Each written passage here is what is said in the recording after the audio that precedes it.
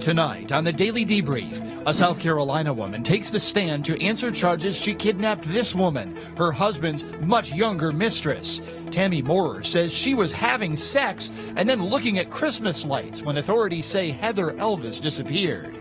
I have nothing to hide, Mr. McCall. And what about that tattoo near her husband's genitals? Was Sydney forced to get by you to get that tattoo? Tammy Moorer tells all tonight on the Daily Debrief for Friday, October 19th.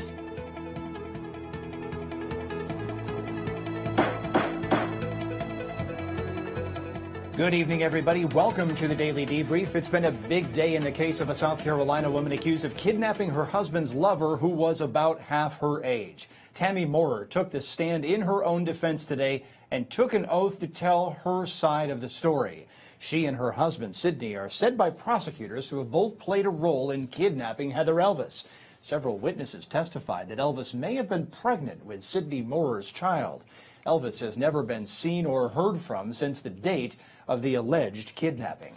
In court today, the testimony charges, which prosecutors later dropped to kidnapping. Attention then turned toward the affair her husband had with the victim, in particular, whether she forced Sydney to have her name tattooed above his groin. Sydney forced to get by you to get that tattoo? No. Was he forced by you to get that tattoo in retaliation for having an affair with Heather Elvis? No, I don't think he knew Heather Elvis at all in 2012, January. Did that tattoo and the application of that tattoo on your husband's abdomen in 2012 have anything whatsoever to do with Heather Elvis? It did not. Did that tattoo that was taken or applied in 2012 have anything to do with this case? Does not. And from there, the defendant said neither she nor anyone she knows went to the scene where authorities suspect Heather Elvis disappeared. Go to Peachtree Landing, the end of Peachtree Road, on December 17th of 2013. I never have. I never did that. To your knowledge, did anybody that you know or associated with you go to Peachtree Landing on the night of December 17th, 2013? No. After midnight, on December 18th, 2013, between the hours of, say, midnight and noon the next day, did you yourself go to Peachtree Landing? No, I did not. So what exactly was Tammy Moorer doing when Heather Elvis disappeared? Well, first, she said she was working with her husband, who was an after-hours restaurant equipment repairman. And then this. I wanted to see karaoke. That's my thing. I love karaoke. There was nothing going on up there that we could do or be entertained. So that's when we went out. We had sex in our car, in the backseat of our car. That's what my original charge was indecent exposure. Where did that occur? Around Broadway at the beach. All right. So you had sex with your husband Yes. in the vehicle? Yes. All right. And ultimately you were charged with a crime for doing that? Because we told Mr. Large about it, yes. All right. And what else did you do? Right after we did that, there was a little bit of a mess. He went to a gas station to get stuff to clean that up. So he stopped there at that station. There was some Christmas lights he wanted me to see that were made out of cars that had them white. We drove out there and looked around. All right. Just typical, nothing. So- There's nothing sinister. Okay, let's recap this. That night, work, karaoke, sex, clean up at a gas station, Christmas lights, and then to pick up the kids from her sister's house. That's basically what Tammy Moorer said happened the night that this victim disappeared. Tammy Moore, of course, is still on the stand right now. This is cross-examination. She just said that she's not with Sidney anymore, but they are still legally married. Let's listen to some of this critical cross. Moore, correct? Yes. Okay. Now, he was 19, right? I didn't know he was 19 when I was talking to him. Okay. But eventually, he tells you, I'm 19, correct? And we did not talk anymore. He looked a lot older, had a beard. He looked like he was in his mid-20s.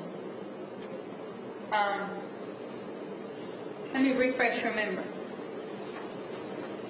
Take a look at the date of 12/16/2013.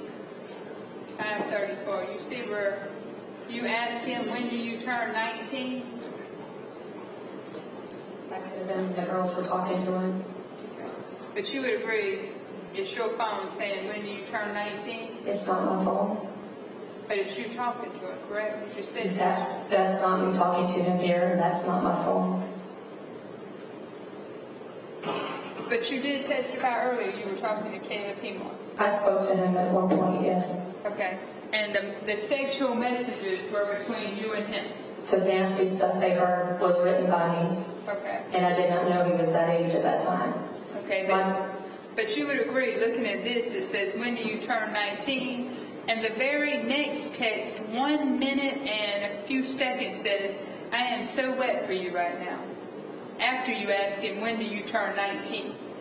Remember that? It looks bad, and like I said, you don't know the whole story. Right. That's putting my character down, which I can sit here and tell you while I was at J. Reuben Long, when I became a reborn Christian, I became a completely different person than I am now. I could sit here and wonder how many married men you've slept with, but I'm not going to judge you on that, because that doesn't mean you killed somebody, it doesn't mean you kidnapped somebody.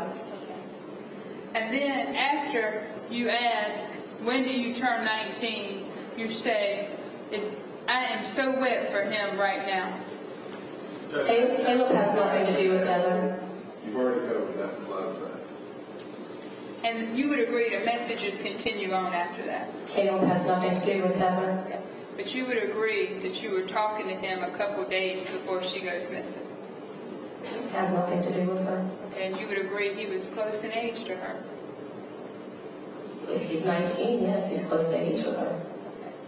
So you would agree, coming in to the 18th, you were texting Christine Johnson that your heart was black for Sidney, and you were texting another man sexual messages. Correct? I was texting a man sexual messages while I was with Sidney making love to my husband. I would come out and text another man. I made mistakes. We all made mistakes. The only perfect person ever to walk the face of the earth was Jesus Christ. No one's perfect.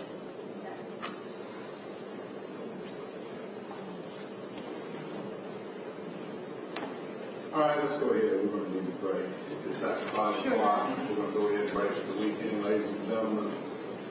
We are. That was live testimony in the Tammy Moore case from South Carolina. Court is ending for the weekend. Cross-examination surely to continue on Monday. Now to testimony from earlier in the case. The defendant's sister said she cared for Tammy Moore's kids in the overnight hours when authorities believe the Moores were actually kidnapping Heather Elvis. Why would they go home in the middle of the night? They would always begin their school normally. Since it's the next day, it counts towards their school. So a lot of times, as soon as they got back from work or whatever they were doing, they would come and say, once they pulled up, I would send them home. They would walk across the yard to them. And then from there, they went and did whatever they needed to do for school or go to bed or whatever they were going to do for the night. All right. And when that happened, what triggers it? In other words, does Tammy come in the house, or does she call somebody or text, or how does that work? Sometimes they would come in the house and pick them up, depending on if they were asleep or not, but they were all able to walk at that point, so they walked over on that night. So she actually she texted me that night saying that she was home. All right. And do you know about what time that was? It was beginning of 3 o'clock in the morning. I believe it was 3:10. Sister also testified that Tammy Moorer told her about the now infamous payphone call that the Moorers made to the victim around the time the victim vanished. Authorities think the Moorers were trying to lure Heather Elvis into a trap by using an unfamiliar number. Do you remember telling the police that Tammy told you her and Sydney had called Heather Elvis the morning of the 18th?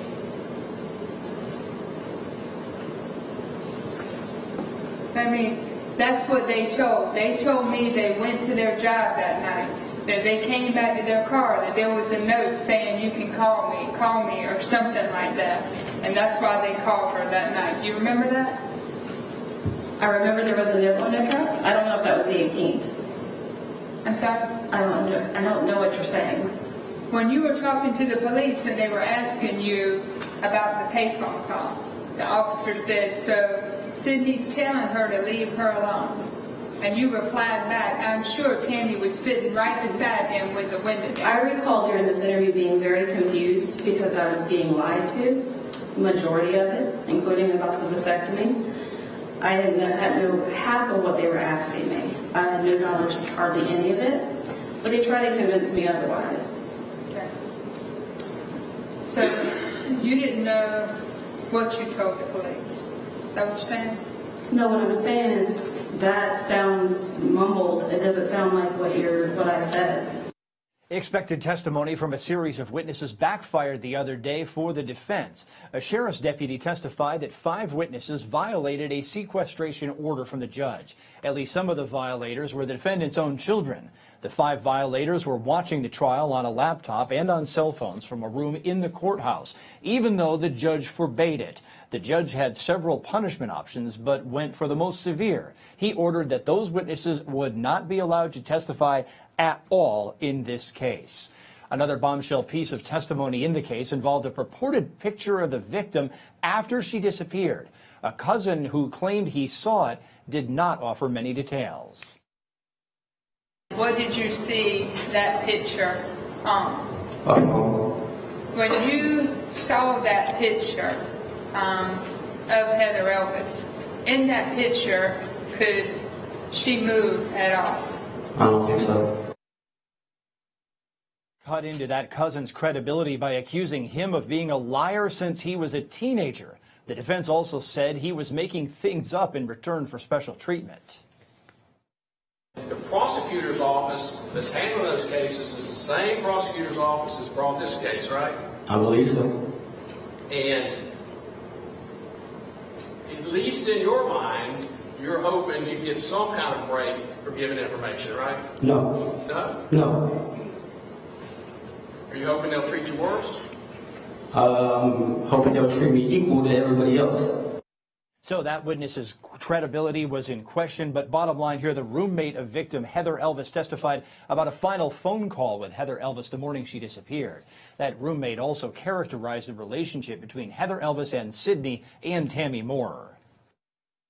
Heather was petrified of Tammy. She thought she was going to show up to her job. She wanted nothing to do with it. She wanted nothing to do with Tammy. She just wanted to be left alone. Trials we're covering here at the Law and Crime Network now. An Ohio man acquitted today of murder and manslaughter charges. Carl Wimpy Jr. was on trial because of a brawl at a Toledo area tavern. The victim, 59-year-old Daniel Vasquez, died several days after Wimpy punched him.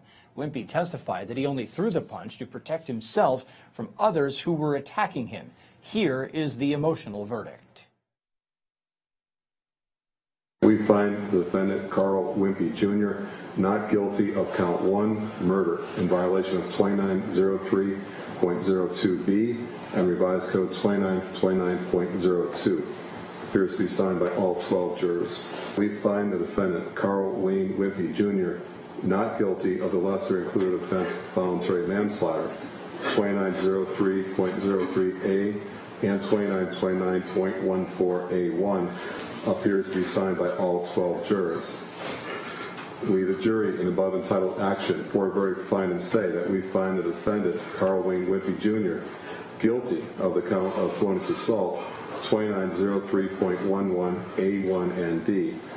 That was the verdict. We are following a death penalty case out of Texas that is slated for opening statements next week. Christopher Love is on trial for the murder of Dallas area dentist Kendra Hatcher. Authorities say Hatcher was dating a man with a jealous ex-girlfriend. That ex was Brenda Delgado, and authorities believe she was the mastermind who hired Love to rob and kill the victim. A third defendant named Crystal Cortez is the alleged getaway driver. She and Delgado will be tried separately. Season 2 of the hit Netflix film Making a Murderer debuted today. The series chronicles the murder of Teresa Halbach and the subsequent prosecutions of Stephen Avery and Brendan Dassey. Coming up Monday here on the Law and Crime Network, a live discussion about the case. I'll be joining a panel of people with first-hand experience. That's Monday at 1:30 Eastern and again at 5:30 Eastern here on the Law and Crime Network. Still ahead, though, tonight on the Daily Debrief, celebrity legal woes involving a broken engagement and accusations of police misconduct. Plus, who does this? A man bites off his girlfriend's lip. Find out his punishment straight after the break.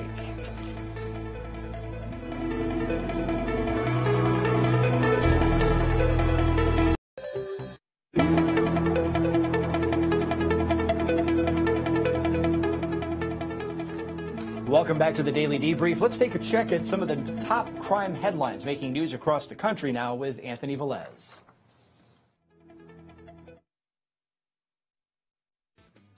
Here are today's top crime stories trending on Law&Crime.com and across the country.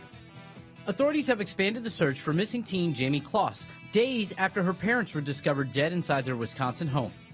Investigators say Kloss is considered missing and in danger after finding her parents, 56-year-old James Kloss and 45-year-old Denise Kloss, dead in their home in Barron. Investigators allege Jamie was home when someone shot in the front door and killed her parents. The FBI released a new digital flyer in hopes of locating Kloss. Jamie is not considered a suspect in her parents' killing. Prosecutors in Idaho are seeking the death penalty against a homeless man accused of killing a toddler at her birthday party and stabbing 8 others. 30-year-old Timmy Kinner was arrested after he went on a stabbing spree at a birthday party at a home in Boise, killing the 3-year-old birthday girl, Ruya Kadir, and stabbing 8 others, 5 of those victims being children. Kinner was reportedly asked to leave the home after he was allowed to stay there for a short time by one of the occupants, but returned later with a knife. Kinner now faces 1 count of murder and 8 counts of aggravated battery. A man in South Carolina was sentenced to 12 years in prison for biting off his ex-girlfriend's lip. 23-year-old Seth Aaron Fleury pleaded guilty to a charge of assault and battery of a high and aggravated nature after being arrested for biting his ex-girlfriend's lip off when the woman, 19-year-old Kayla Hayes, refused to get back together with him in October 2017. Hayes was left with permanent scarring as a result of the attack. Fleury will be eligible for parole after completing at least 85% of his sentence. Those were today's top crime stories. I'm Anthony Velez for the Daily Debrief. Wow, horrible injuries there. Well, something we plan to do on Fridays here on the Daily Debrief is to teach a few lessons based on the legal woes of celebrities. Former New York prosecutor and celebrity legal news tracker Jill Stanley joins us now to help us out. Jill, good to see you here on the Daily Debrief. Good to see you, Aaron. Okay, let's start with this one. Ariana Grande, Pete Davidson breaking off an engagement. She returned the engagement ring. The laws are different in the various states on this, but the bottom line is she did the right thing in the state in which she was. Yeah, she certainly did. In New York State, it's very clear. If there's not going to be a marriage, there's not going to be a wedding, you got to give the ring back. It doesn't matter who ends the marriage. It doesn't matter who breaks up. It doesn't matter if anybody cheated. It doesn't matter if anyone dissed you on SNL. Nothing matters. The ring goes back to the giver. Okay, so that's the law in New York. It's different in different states, and I'm trying to remember this because this was a bar exam question I had to study for, and I know that in some states it's a little bit different. Some states, if there's a little misconduct, let's say fiance hooked up with a bridesmaid prior to the wedding at a party before. We're just saying hypothetically here, right? You see, so, okay. Totally hypothetically. But sometimes it is fault-based in other states. So then sometimes you can keep the ring. The other time you can keep the ring. And this is, I want everyone to listen to this. This is actually really good relationship and legal advice. if you, because it's a really big time to get engaged at holiday time, right? Christmas, Valentine's Day, big time for engagements. If you give the ring at holiday time, and the ring is arguably a Christmas gift or a Valentine's Day gift, then you don't have to give the ring back, because then it's not based on the marriage contract. It's just a gift.